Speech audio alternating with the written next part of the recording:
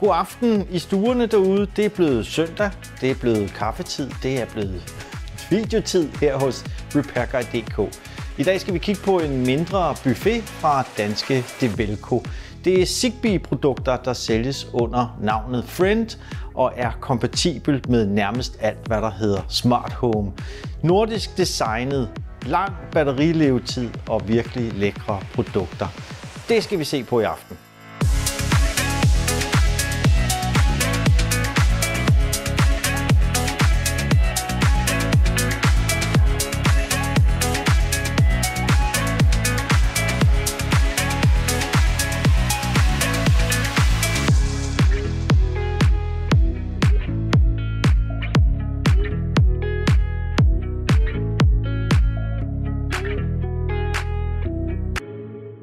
Ja, masser af fede produkter her fra danske Friend, som nok kan dække langt de fleste smart home behov af forskellige art. Lad os gå produkterne igennem og nogle specs, og så sætter vi selvfølgelig nogle af de her ting op i Homey. Og det første jeg har her, det er deres Friend Welcome Home Keypad. Altså sådan et lille Zigbee keypad. Jeg har lige snydt og taget den ud af æsken her, hvor at man altså kan bruge det her i forbindelse med sin alarm. For eksempel i Homey kunne man bruge det her sammen med appen Heimdall, som jo altså kan agere som et komplet alarmsystem. Der sidder en lille skrue hernede i bunden, så vi kan få adgang til det. Og så er der altså standard 4x AA batterier. Sidder en lille mikroswitch her, som altså fungerer som tamper. Så hvis der er nogen, der prøver at brække panelet af, så får du altså besked. Så er der nogle lækre taster og taste på, låseknapper. Jeg vil ikke gå dybere ind i det her panel, fordi Sepp fra GeekNetwork.dk har faktisk vist det her på nettet. Der er indbygget lys, der er RFID på den her, og så er der altså PIN-kode, 4x standard AA-batterier og så 1 års batterilevetid, siger Friend. Og hvis vi lige skal tale apropos batterier, så er der en ting, jeg rigtig godt kan lide ved Friend. Det er, at de bruger standard batterier. Det er AA, det er AAA, og det er ganske almindelig CR123. Det giver en rigtig lang batterilevetid. Det gør selvfølgelig, at dimserne er en lille smule større, end du er vant til for de her CoinCell, de her møntbatterier. Men du får altså en væsentlig længere batterilevetid. Så må man leve med, at dimserne er en lille smule større. Ja, et rigtig lækkert panel her fra Friend til at lave dit alarmsystem med. Og apropos batterier, endnu en gang, så kommer vi til at se og snakke lidt om batterilevetid på nogle af de her produkter. Det er lidt vildt, hvor længe at batterierne kan holde. Så har Friend også udviklet en Air Quality måler.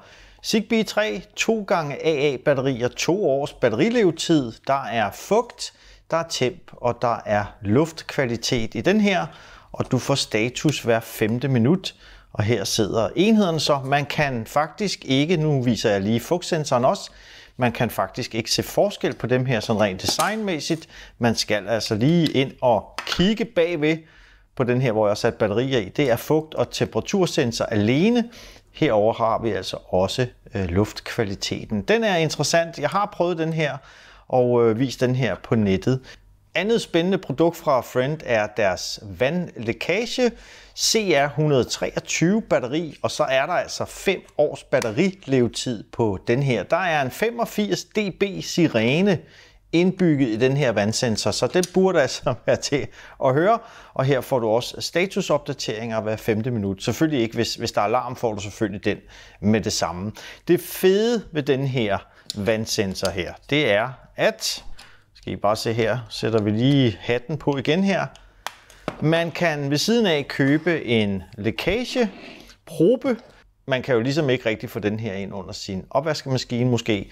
Så der kan man altså købe en probe med et lille stykke kabel på. Hvad er der her? 30 cm eller sådan noget i den stil. Og så sætter man den her ned i, så drejer man lige til man kan mærke, at den går ned og altså rammer de her terminaler hernede. Og så har du altså en probe, du kan lægge ind under et eller andet, som den her normalt ikke kan gå ind under. Så rigtig fedt, at man har valgmuligheden for altså at sætte sådan en probe på, og så kan man altså sætte den her op på væggen, hvis det er det, man ønsker. Og Friend laver selvfølgelig også en røgdetektor. Også et CR123 batteri. Der er 3 års batterilevetid på den her. Den har også indbygget en sirene på 85 dB. Der får du også status hver 5. minut, og der er også en temperatursensor i den her. Ifølge Friend skulle der være mulighed for noget multisync, det vil sige, at har man flere af de her alarmer, så burde man altså kunne koble det her sammen. Nu har jeg kun den her ene, så jeg kan altså ikke prøve den funktion af, men igen, nemt at komme til batteriet og standard CR123, der sidder i den her røgsensor. Det kunne også være, at vi skulle prøve den og høre alarmen på den måske.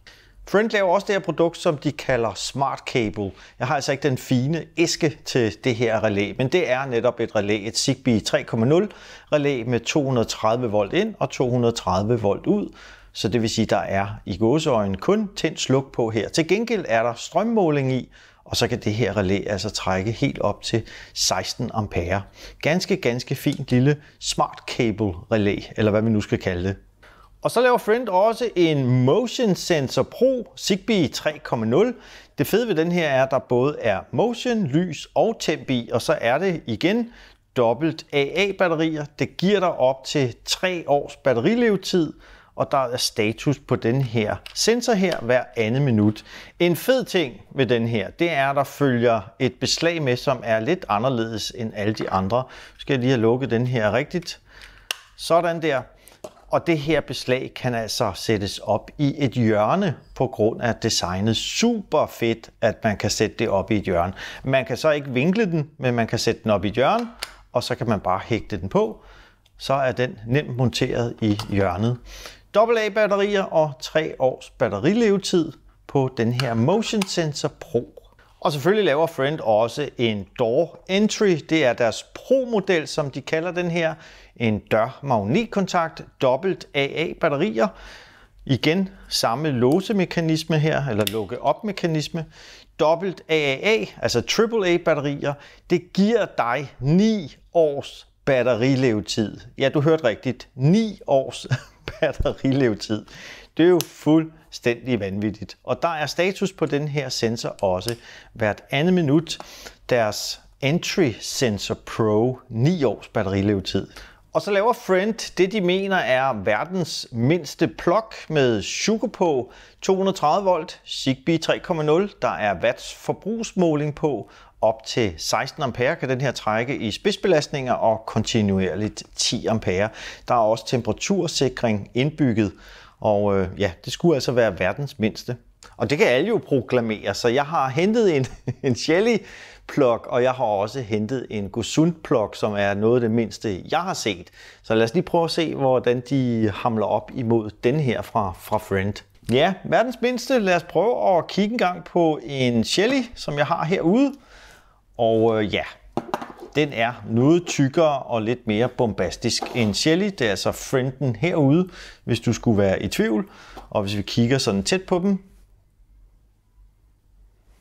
så er Frienden altså mindre. Shellyen kører så Wi-Fi. Vær lige opmærksom på det, så den kan jo ikke indgå i dit Zigbee mesh-netværk, men det kan Frienden altså. Meget lille plug. Så havde jeg også en Gosund. Hvis vi tager dem, og det er så Frienden herover på den her side den her gang mod Shellyen, så kan I se alle tre, og det er jo tydeligt at se, at Frienden er mindre, og hvis vi holder dem tæt op, ja, så er Frienden faktisk i omgang, kredsen, diameteren, den er mindre end Gosunden, som faktisk nok er noget af det mindste, jeg har set. Men ja, jamen, så har du her verdens mindste plug med energimåling i og Shuko. Det kan da godt være, at Friend har ret i det, at det her det er verdens mindste. Og så en rigtig lækker knap. Jeg har slet ikke set, at Friend rent faktisk havde det her produkt, som de kalder One Click Fits All. En Smart Button Zigbee 3.0, og så er det et af de få produkter, som rent faktisk kører med et møntcellebatteri. Det er heldigvis et CR2450. Der er 3 års batterilevetid på. Den er delvis vandtæt til vandpjask. Den er godkendt til køkken og badeværelse ifølge Friend. Men super lækkert klik, der er på den her knap. Virkelig lækkert klik. Og det her produkt har du måske allerede set, fordi det har jeg faktisk lavet en video på, Friends Electricity Meter, med 3 gange AA batterier, giver 2 års batterilevetid, og der er opdatering på din strømmåling hver 5. sekund. Der sidder sådan en lille øje, der kigger på de puls, der kommer fra din elmåler. Og til at starte med kunne den kun måle, hvis du havde en måler, der kørte med 1000 puls. Nu kan den altså også måle, hvis du har en måler med 10.000 pulses. Hedder det sådan, pulses. Så den er altså opgraderet. Rigtig, rigtig lækkert electricity meter, hvis du gerne vil følge dit overall forbrug ud fra din elmåler, som jo altså måler hele dit husforbrug. De er meget svære at få fat i. Jeg skal se, om jeg kan finde et link, hvis du skulle være interesseret i den. Jeg er meget tilfreds med det her produkt. Jeg skal også nok linke til den video, jeg har lavet på det her electricity meter. Og sidste produkt fra Friend her til aften, det er deres sirene. Det er en Zigbee 3.0 sirene, 90 dB lyd, 230 volt. Fungerer som Zigbee router. Den indgår altså som node i dit Zigbee-netværk. Det vil sige, at andre kan altså koble sig på. Nogle af de her små batterienheder kan altså koble sig igennem den her, inden de når din koordinator. Der er opdatering hver 5. sekund, og så kører den altså 230 volt. Og der er også batteribackup på den her faktisk. Så skulle strømmen ryge, så er der altså batteribackup i. Jeg ved ikke, hvor længe batteriet holder, men sikkert nok til at give lyd fra sig. 90 dB er der ud af den her. Jeg tænker, at vi kan prøve at sætte den her op. Ja, masser af fede produkter. Lad os prøve at kaste os over nogle af dem. Der er nogle af dem, jeg rigtig gerne vil teste. Røgalarmen, vandalarmen, og så kunne jeg godt tænke mig at teste knappen. Og også den her sirene. Det kan vi prøve at sætte op i Homey. Jeg havde egentlig tænkt mig, at jeg ville sætte de her produkter op i Homey 2019.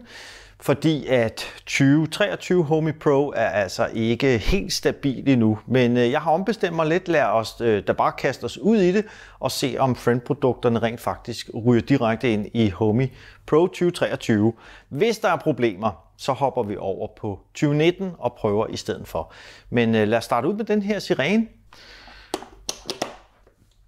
Og så går vi ind i enheder. Jeg har ikke engang hentet appen til Friend endnu, fordi den her installation er så ny på Homey Pro 2023 hos mig.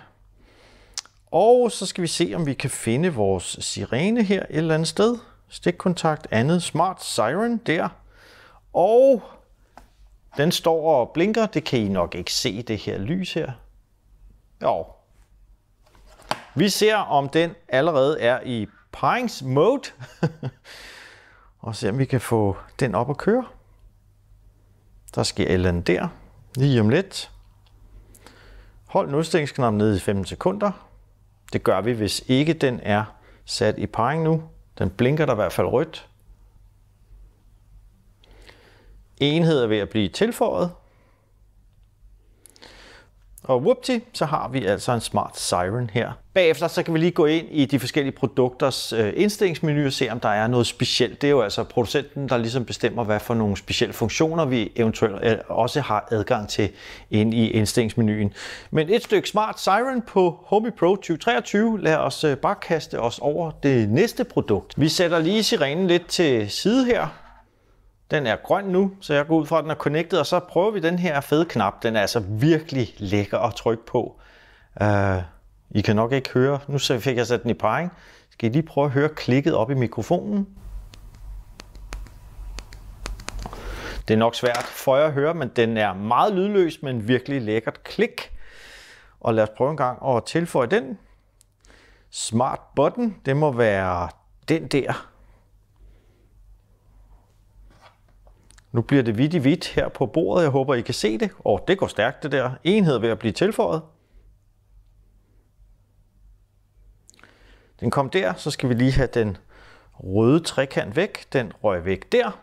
Så lad os prøve lækagesensoren her. Vi prøver at bruge dem her bagefter, men nu sætter vi lige selve vandsensoren op her. Lad os prøve at adde den. Nu står den ganske vist og blinker. Så det kan godt være, at vores Homey Pro kan finde den, og enheden er ved at blive tilføjet. Og den kom der, så skal vi lige have den til at opdatere. Så er vi good to go.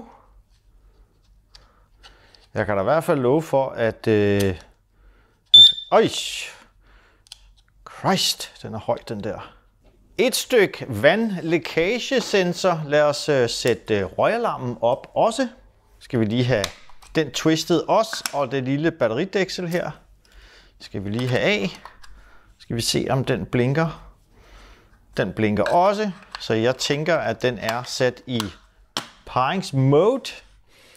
Lad os tilføje den. Ny device, friend og intelligent smoke alarm. Opret forbindelse.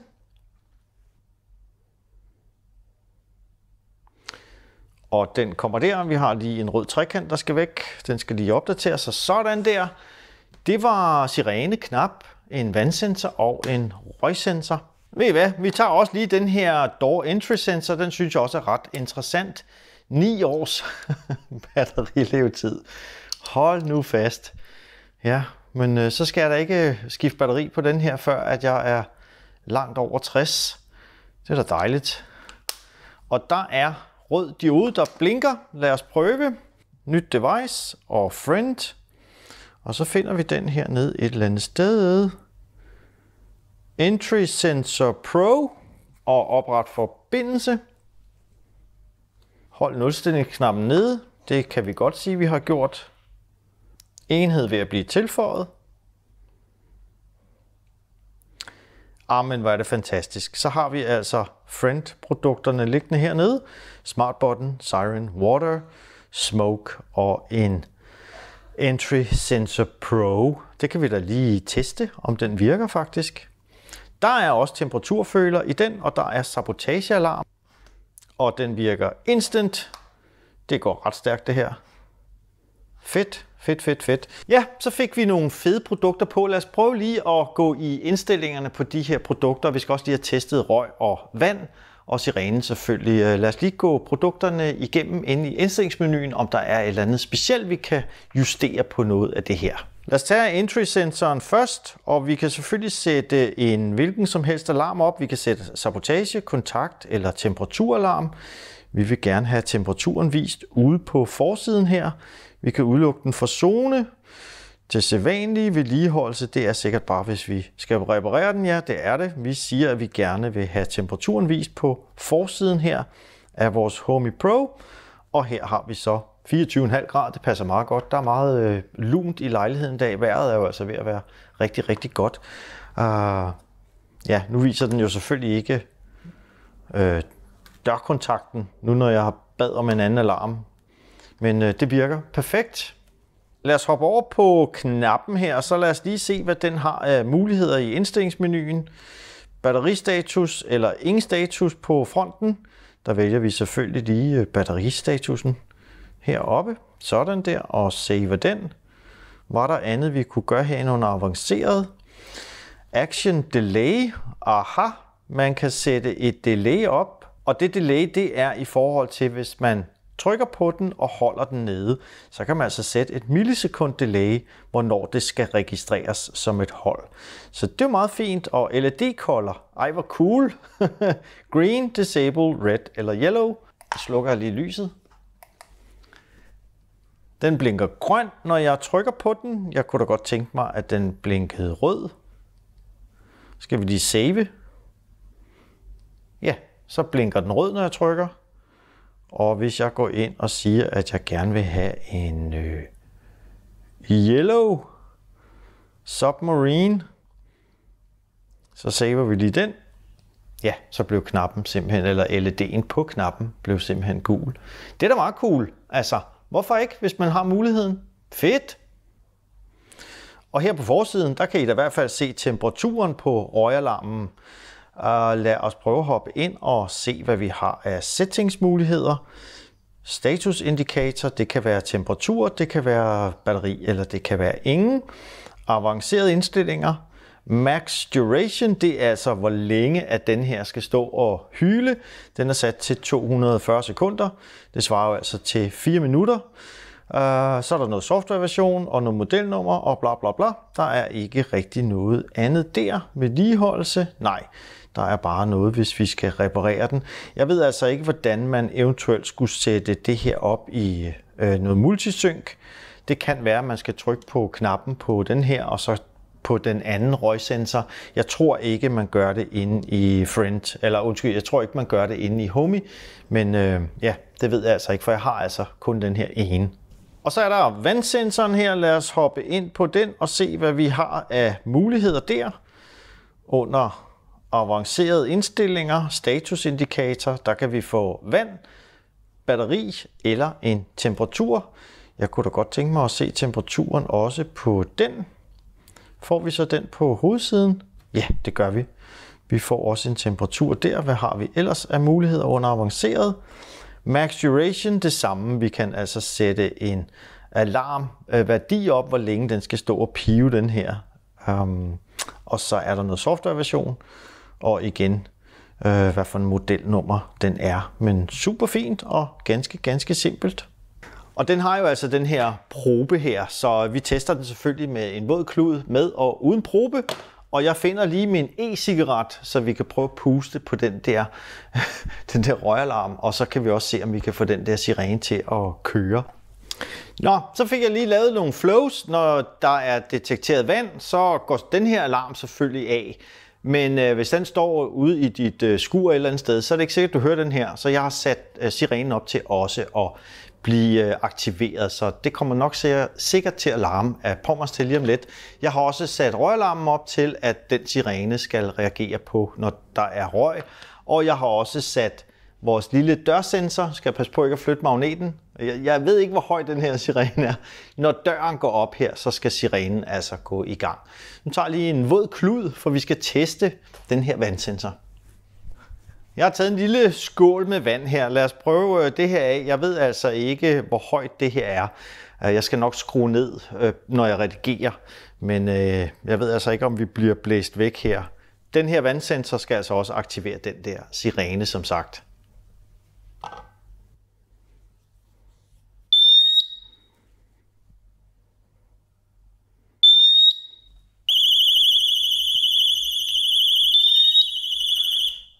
Wow. Ja. Man er ikke i tvivl, lad mig sige det sådan, at der er vand ude i skuret. Jeg tror endda, man kan høre den her helt ud i skuret. Og sirenen gik også i gang, så det virkede perfekt. Der er godt med lyd på. Lad os lige prøve den her probe forresten. Så bliver jeg døv en gang til. Sådan der, så er den nede i proben.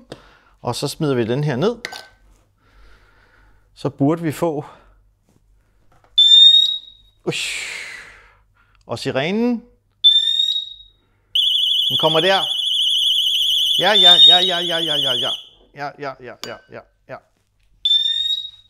Det virker rigtig godt. Lad os se, om vi kan aktivere sirenen ved sådan en dørkontakt her, når jeg bryder kontakten. Ja, det kan man så godt. Jeg har sat forskellige lyde på. Der er en 6-7 stykker forskellige lyde derinde. Så det virkede også. Så lad os prøve røgalarmen her. Jeg ved altså ikke, om den her røgalarm detekterer sådan en e-cigaret her. Nu står jeg og ryger på åben skærm. Det må I tage med.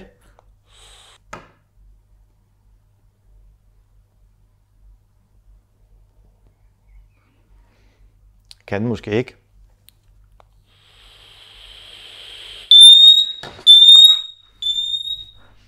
Er du sindssyg, mand? Og så fik jeg også sirenen dernede. Ja. Wow. Jeg pakker den lige ind i en t-shirt. Det er fine produkter. Der er ingen tvivl om, at du nok skal få hørt, om der er røg, eller der er vand i dit hus. Og en fin sirene til, og nogle dørsensorer, motion sensor, sådan noget, det tager vi altså ikke i dag. Men rigtig fede produkter fra Friend. Super fede produkter fra Friend. Og lækkert designet. Jeg kan godt lide det her lidt nordiske design. Selvfølgelig er der... så. Ja. 10 stille.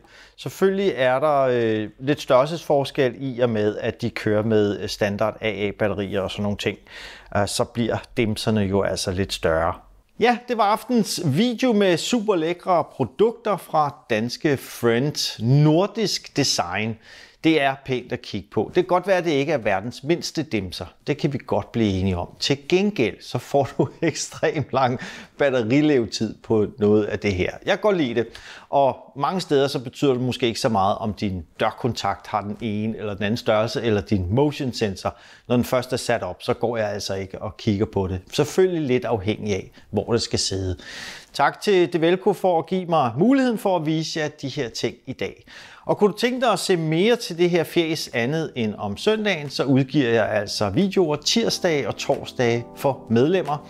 Så bliv en del af fællesskabet og meld dig til, ligesom 200 andre har gjort, og få mange flere videoer. Der er super supporter til 29 kroner, der er VIP til 49, og med det får du altså livestreaming, konkurrencer og bag om scenen herude hos RepairGuide.dk. Klik på linket nede under og se, hvordan du joiner fællesskabet, og så ses vi snart igen. Ha' det godt. Hej!